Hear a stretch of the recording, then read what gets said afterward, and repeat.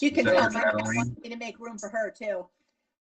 Somebody has something to say. Come on up. My dogs are like, what is going on?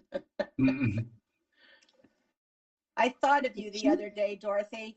There was an Akita Oh. at the, it was actually on the euthanasia list Oh, at no. Prince George's County. Oh. But I didn't even think to mention it because I didn't think you wanted to be tempted with two already. No. Too bad. I know. Maybe somebody got it. Hopefully. So sad. All right, it's 3:00. Do we have everybody? Not you. I'm here. Somebody please record that. That is hilarious. Well, then we shall get started. And this is what is today? The March 7th planning commission meeting. And the first thing on the agenda is the 2025 CIP. So that's you, Gabrielle. Yes, thank you so much, and apologize, I don't have my camera for you guys. Yes, so this is the meeting where we're scheduled to make a vote for recommendations on the CIP letter. We did add to the report and to the backup the equity emphasis areas. I believe it was Commissioner Malice maybe had asked about where those were and what they look like. There's actually a very cool link I can send you to through the state that you can access the map. I did kind of create a static version of the more dynamic map of the current areas. The map is also in our comprehensive plan, but it was from 2020 and the areas changed. So, well, it's nice to have that as a point of reference. The map in your comprehensive plan is not the most accurate. So we provided that as additional backup. And otherwise, didn't make any additional adjustments. As we discussed at last month's meeting, the intent will be for you guys to be able to formulate kind of a list of those projects or other projects, as you have in the past, that you want the council to consider in making their budget decisions for the CIP. If we are all comfortable with the outcome of the motion and know what our intent is, that's a letter that I can draft up after the meeting and have Joan sign. If we are, not 100% in consensus or ready to vote on it, we could schedule it for another meeting. But as I did say, we want to get this to the city council as soon as possible because they will start their budget discussions in April. So it's good for them to have. Oh, I'm sorry. That one other thing we did include, the AMAC, the Active Mobility Advisory Committee. Their recommendation letter was in your packet last time, but there was a map that was referenced in the letter that wasn't attached, and we included that this time. If we decide we need to talk about it at one more meeting, will the workshop count? You know what, we probably could do something where we can, you can't take action at workshops generally, but we could probably convene a meeting as part of the workshop to vote on it. Okay. Would have to probably just put out a special notice. All right. Well, it would be nice if we can finish it up on Monday, but if you need to do some extra notification, we'll keep the workshop in mind as getting it done if we have to. Yeah, we'll work to do what we can to meet all our public information, requirements, but also make sure you guys feel well informed and equipped to make a recommendation. Okay, now since I can't see most of you, I'm going to do a quick roll call just to make sure that everybody's comments, everybody who wants to make comments can. So we'll start with Natasha. Do you have any questions on the CIP? Nope, I'm good, thanks. Okay, Dorothy? Yeah, quick question, Gabrielle. I'm just trying to remember. Is the form-based code part of the CIP? Sorry. I'm using all my screens. It is not. So the CIP is really limited to public improvements.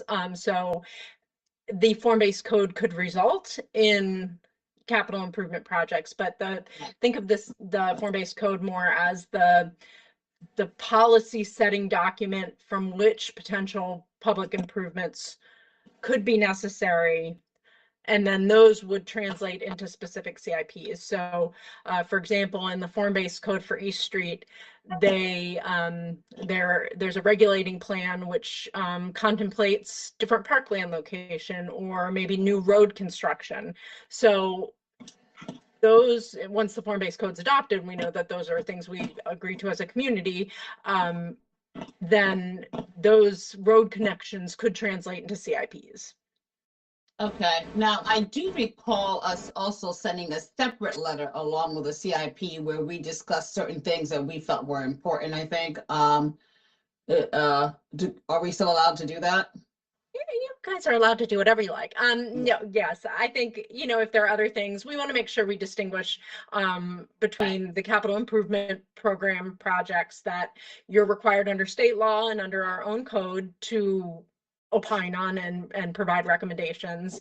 So we want to make sure that we're, specifically calling those out. But I think if the commission now or at really any point in the year is in agreement to, discussing an initiative or multiple initiatives and, saying, hey, city council, these are things we're interested in, you can always do that. Yes. Okay, thank you. Because I remember the last time Ron and I had some stuff that we had, I think, typed up. So, maybe having that, separately, if we still want to do something like that might be good. Yeah. Thank you. Mm-hmm. April? No questions. All right, Ron? Yeah, good segue from Commissioner Manelis. This thing that I keep on trying to get in there in terms of the smart traffic systems. Somehow it was whittled down into like a test case thing. I don't know how that happened, but if we can include that in the letter that goes with it. And I guess this question is for Gabrielle. Do you want me to send more information about the smart traffic systems that can be used as background? Sure. So if you think this is something that the commission wants to include either as like a CIP item, or if it's really kind of a separate initiative, if you want to send me the information and you want me to distribute out to the rest of the commission, then that helps to inform everybody exactly what you're talking about, and maybe will be good basis for language for that letter or that specific item. So I can distribute it, and if it's something the commission decides to include, then you have some basis to make sure everybody has a common understanding of what we're discussing. Yeah, I think what got lost in the translation last time was that it's one of those chicken or egg things. The study itself is not a capital improvement, but it's important in order to get it to be a capital improvement. So maybe the information that I can put together, I'll try to have it for Monday so that we can all think about it in terms of at least what's in the letter. Yeah, I think that would be helpful. Okay, that's all I have. Thank you. Elaine? I have no questions at this time. All right, thank you. Okay, so the next item on the agenda is, let me get my notes in here. It's PC 24664 Annex, the High Glen annexation. Hi, it's Pam. As requested last time from the commission, we have included a list of the annexations that had gone forward for you to review on how it was treated for the parkland and the AFAR station on site for your review. So that is there for you to consider. And then also we have provided the recommendations for conditions of the annexation. And traffic engineer has gotten back to us after he's reviewed these conditions, since some of these are addressed to accessibility and everything. And the one that he's asked for us to modify slightly is number 3, that paragraph number 7F be revised to state that the existing driveway access on Christopher's Crossing is permitted to remain the exclusive benefit of the existing use of a single-family dwelling unit on the property. And if I understand somewhat of what he's trying to make certain of how the plan is in the future designed and used, that he would not want that use to come through and anything else be coming out of that access drive. So that is what he's asked for change, and we will pass that on to the applicant before the meeting. Great. Before I ask the commission for questions, Jennifer, I just wanted to let you know that I was having trouble downloading all of the maps and plats for this particular case, or so if you could double check that and see if there's maybe a way to make them more downloadable friendly. Probably nobody else had problem, but I'm the only one working from an iPad.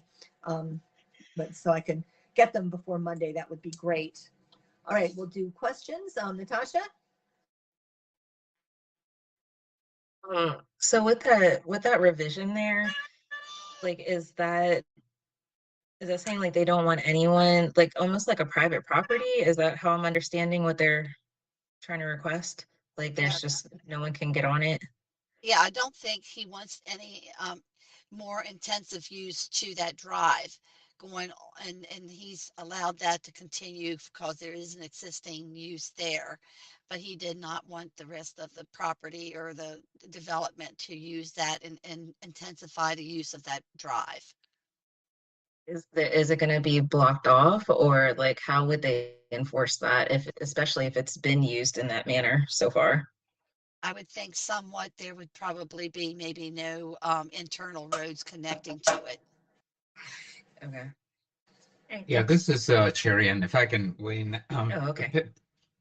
I think Pam covered it for you. And again, the intent is it's typical for us to not permit any direct access points on a mid-block at a an arterial roadway. And since this estate lot sort of been in use for a long time, we are permitting sort of grandfathering that use and not intensifying any further.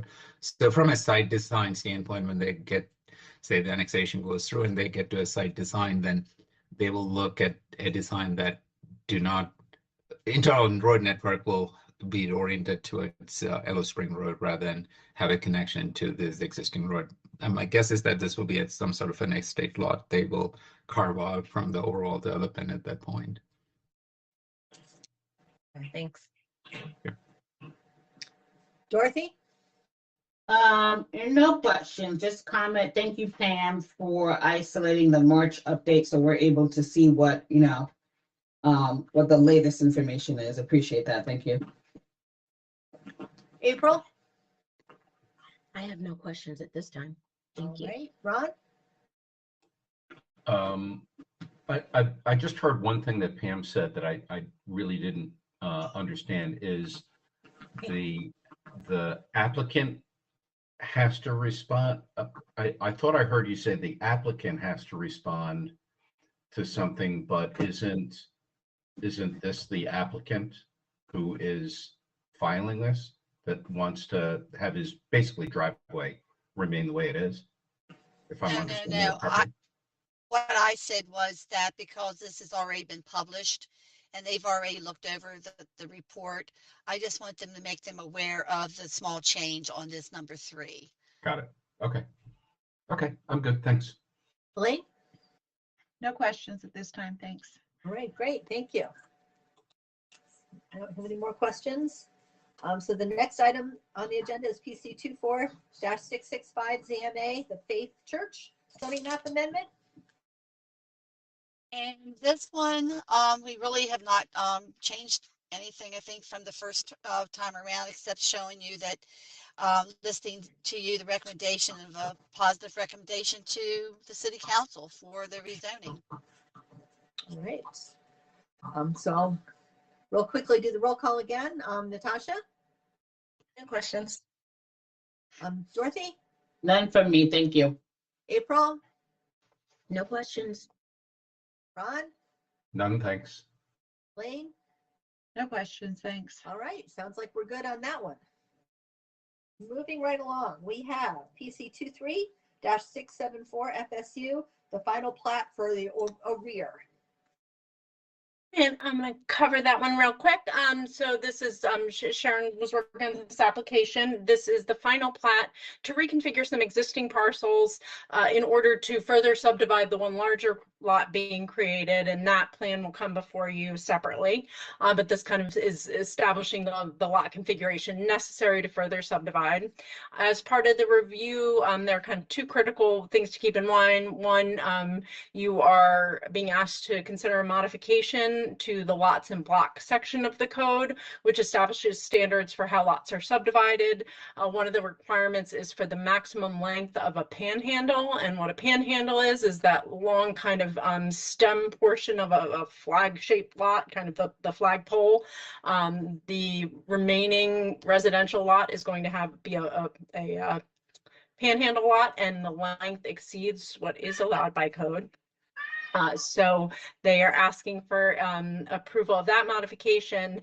And then the other thing to keep in mind when we're talking about residential re-subdivision is that we have the provisions of section 515 that require anytime residential lots are being reconfigured or re-subdivided that are part of an existing, that are previously recorded lots, part of an existing neighborhood, they have to consider how the lot relates to the surrounding community. So those are the criteria of section 515, and those are on page 5 of your staff report. We talk about the modification on page 6, and I think that pretty much covers it. There weren't any changes from our workshop discussion on this one. All right, great, thank you. Natasha, No questions. Dorothy, No, thank you, none. April, No questions. Ron, No, thanks. Elaine. No questions. Sounds like we're good on this one too. Thank you. Thank you. Moving right along. The next one is PC 24-554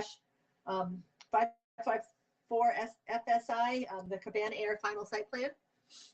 Yes, ma'am. All right, so Cabana Air Final Site Plan is it's a new hangar going in as part of the South Apron project down in the southwest corner of the airport, down by Buckheimer. They're requesting 3 modification requests. They're all related to landscaping, and that's because the FAA really doesn't like trees on the airport for landscaping and all of that, or for wildlife hazards, and they just don't like tall things near airplanes, which makes total sense. So staff is supporting all of those modifications. There was a change from the workshop. They added a strip of concrete between the proposed hangar and the runway, and that changed their limits of disturbance, their stormwater, as well as the fee that they're going to pay in lieu of planting forest there on site. So that's where some numbers have changed between those 2 meetings. Other than that, it is that's a pretty clean plan. It's the first. This is part of the corporate hangar section. So this would be for Cabana Air. It's a corporation. Yeah. Are there any questions? Oh, sorry. That's all I have. Great, thank you. So we'll do a quick roll call. Natasha, No thanks. Dorothy, None from me, thank you.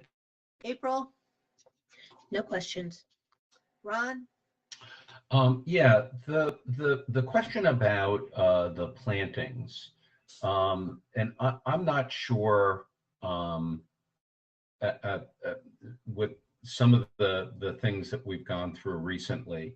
At what point does the city require, if the planting isn't going to be at the building because it's an airport and you don't want to create habitat for wildlife? Right. At what point does the city require someone to plant trees elsewhere And I know we've had significant discussions about that recently. And How it's does that not excellent. apply here? That's a good question. I'm going to defer to Gabrielle or Pam on that one. Sure. So I hate not seeing everybody. Oh, it bugs me. So we have two, keep in mind there are two separate sets of regulations. We have forest conservation, which are basically a state mandated program that we have to have. It is triggered by any development on land that's greater than 40,000 square feet, so just under an acre. That triggers this forest conservation requirement, where an applicant has to demonstrate that they are either retaining or planting a minimum amount of forest that's calculated based on the land use and the land area, taking into account any clearing. When we're doing forest conservation, an applicant who has no options and has exhausted all their options pay the fee in lieu of. One of the options before fee in lieu of, so if you picture kind of a list of priorities, the fee in lieu being the last, off-site afforestation is a higher priority. So if someone says, I have the ability to plant on my best friend's property across the street, that is better than fee in lieu of. That's often a pretty hard thing to do. There's not a lot of off-site land just waiting to be planted in the city because a lot of land wants to be developed in the city. We have discussed with the Brickworks and other projects in the past, having, and the annexations as well, having kind of receiving areas for fee in lieu of funds, where we take the money from somebody, we plant them in another area. Part of that discussion has also been, should we cut out the middleman of the city and allow people to plant offsite in our parkland, right? Just take us out of it altogether instead of you handing me the money and then I go plant the trees, just let you plant the trees on my land to begin with. There are some economies of scale in that. That hard part with that is that we also have the fee in lieu money that we've already acquired that we have to plant. So we're kind of stingy with giving up opportunities to our parklands or open spaces. But that's where offsite planting comes into play. Landscaping requirements under the LMC are completely separate. We don't have any provisions that really address offsite plantings in the landscaping section of the code. Keeping in mind those are mostly like individual tree and shrubs and brush kind of plantings, as opposed to like forested areas. So long story short, if someone were asking for a modification to a planting requirement, I would never discourage them from saying, well, I also own the property right next door. I'm going to plant 5 trees over there. That could be a compensating design feature, but we don't really have any requirement for them to do it offsite ever. So it's an all or nothing thing in this particular case, because they're just getting modifications, and it's a pretty significant number of trees. I believe 90. Am I wrong on that? No, it can't be that many. What was the requirement? The requirement, maybe it was 19. I know there was a 9 in it. Let me take a look. I'm trying to look at that. I read it earlier today. Yeah, so they were required to have 21 planted. That's just the property landscaping. They were also required to plant 3 street trees. So we're up to 24 now. And then they were also asking for parking lot interior landscaping, and they're still going to do the 10%, but they're just not going to include shade trees. They're just going to include shrubs and grasses. Right. So we're missing out on 24 trees. Right. Which to me is a significant amount to just say, okay, it's not your obligation at this point, but okay. Keep in mind, just another thing that helps you think about it a little bit, the forest conservation and the landscaping requirements also have different intents, right? We think about forest conservation as planting areas for the environmental benefit for kind of these contiguous tracts of forest, habitat corridor, all that good stuff. The landscaping, so it makes sense to plant it off-site because you're still achieving that somewhere. Off-site landscaping, while you still get the number of trees, I would question whether you're really meeting the intent of the code if it's not on that site anyway, right? Like the individual trees are supposed to be planted on the site to create greenery and make the site aesthetically pleasing. So in terms of why you still are, you know, if you're counting tree for tree, you could get the replacement, but you're not greening that site the way the code was asking. And so that's Right. why it's important that they offer compensating features like the shrub row and things to mitigate for what that lack of greening that they achieve through the trees. Yeah, and obviously they're not taking down trees to put up the building because it's an airport. Right. Okay, thanks. Wayne, any questions? No other questions, thanks. All right, very good. I don't have any questions either. So our last one is also Cabana Air. It's PC 24-659, their forest conservation or forest and delineation and preliminary conservation plan. Yes, and so for that one, we've already discussed a lot of it, but they're going to be they're proposing paying fee in lieu of instead of planting forest. And that amount went up at the workshop. It was going to be about 5,000 and it went up to a lot more than that. It was, sorry, I'm looking for my number here. It was, sorry about that. It's 14,000 something. Wow. Yes, it went up. Oh, here we go. 14,897. And that's all based on that extra strip of concrete. And it also included the line or limits of disturbance because they had to mitigate the stormwater for that. Okay. Yeah, but it's all the same things. I mean, they're limited on planting forest on site. So. Okay. I'll do one last roll call for questions. Natasha? No, thanks. Dorothy? Nothing for me, thank you. April? No, thank you. Ron? I'm good. Elaine? No, thanks. All right, I'm good too. So that's it for all the agenda items. Before we go, I just wanted to see if anybody had any last thing that they wanted to bring up and talk before we conclude the meeting. Have a good weekend. Yep, sounds like a good plan. All right. Well, then we'll conclude the meeting and see everybody Monday night. See you Very good. Monday. Thank you. Thank you. Bye. Bye-bye. Okay.